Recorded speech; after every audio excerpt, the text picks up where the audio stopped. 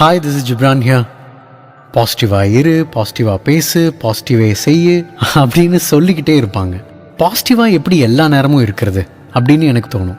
அது எல்லாம் இந்த கதையை கேட்குறதுக்கு முன்னாடி வரைக்கும் தான்.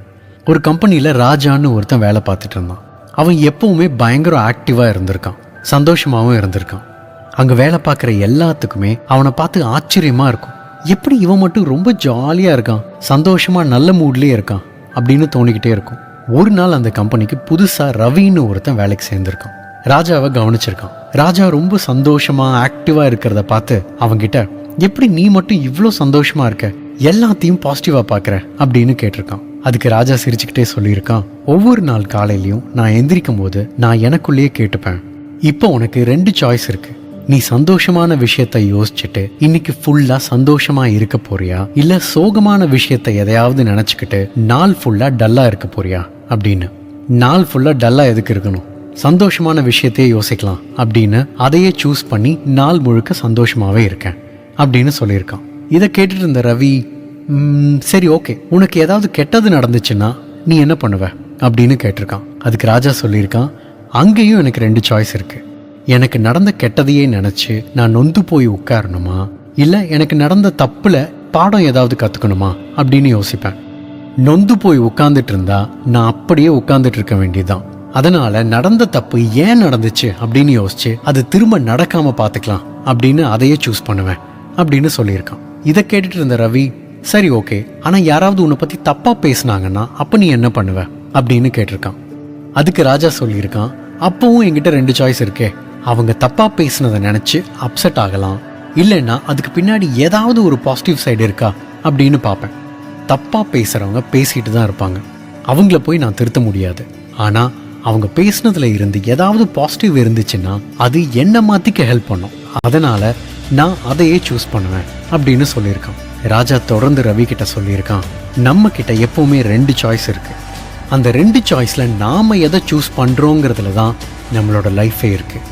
ஒரு சாய்ஸ் நம்மளை எப்போவுமே வருத்தப்பட வச்சு சங்கடப்பட வச்சுக்கிட்டே இருக்கும். இன்னொரு சாய்ஸ் நம்மளை சந்தோஷமாக சிரிச்சுக்கிட்டு நல்ல மூட்லேயே வச்சுருக்கோம்.